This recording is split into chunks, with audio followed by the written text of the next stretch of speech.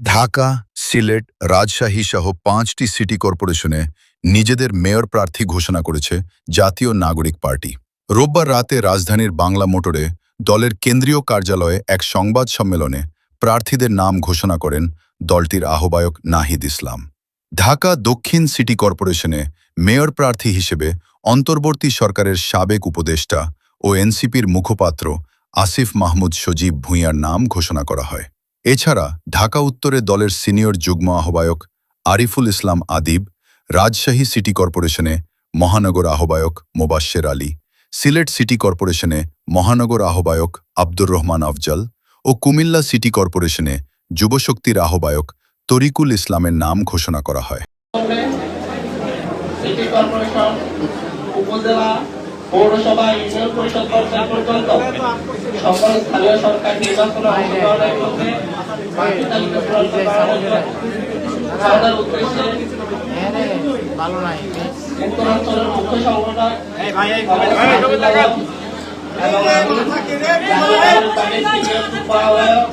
Senior যুগ্ম মুখ্য সমন্বয়ক আব্দুল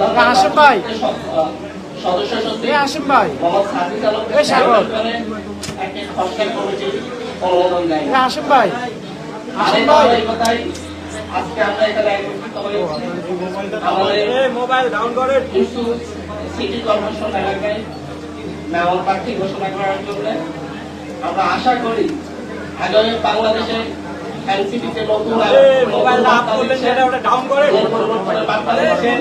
সেই পরিবর্তনের ধারাবাহিকতা রক্ষায় সেই বার্তাকে বাংলাদেশের আঁকড়ে ধরবে এবং নতুন এক বাংলাদেশ নির্মাণে এই প্রার্থীরা মানুষের ধারে ধারে গিয়ে ভোটাধিকার আদায় করে ইনশাআল্লাহ নতুন বাংলাদেশের নেতৃত্ব দিচ্ছে। সেই ধারাবাহিকতায় আজকের এই সংবাদ সম্মেলন আমাদের জাতীয় নাগরিক পার্টির আহ্বায়ক উনি প্রার্থী ঘোষণা করবেন, কিন্তু তার আগে আমাদের জাতীয় নাগরিক পার্টি এনসিপির উত্তরাঞ্চলের মুখ্য সংগঠক এবং স্থানীয় সরকার নির্বাচন পরিচালনা কমিটির চেয়ারম্যান সাজিদ আলম কিছু কথা বলবেন।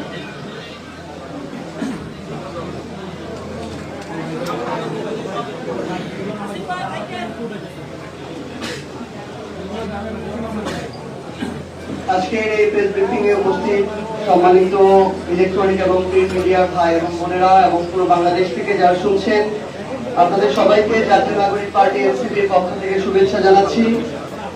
আমরা আজকে আমাদের স্থানীয় নির্বাচনের প্রস্তুতির অংশ হিসেবে বাংলাদেশে যে 12টি সিটি কর্পোরেশন রয়েছে তার মধ্যে 5টি সিটি কর্পোরেশনে আমরা প্রাথমিকভাবে মনোনীত আমাদের প্রার্থী ঘোষণা করতে যাচ্ছি।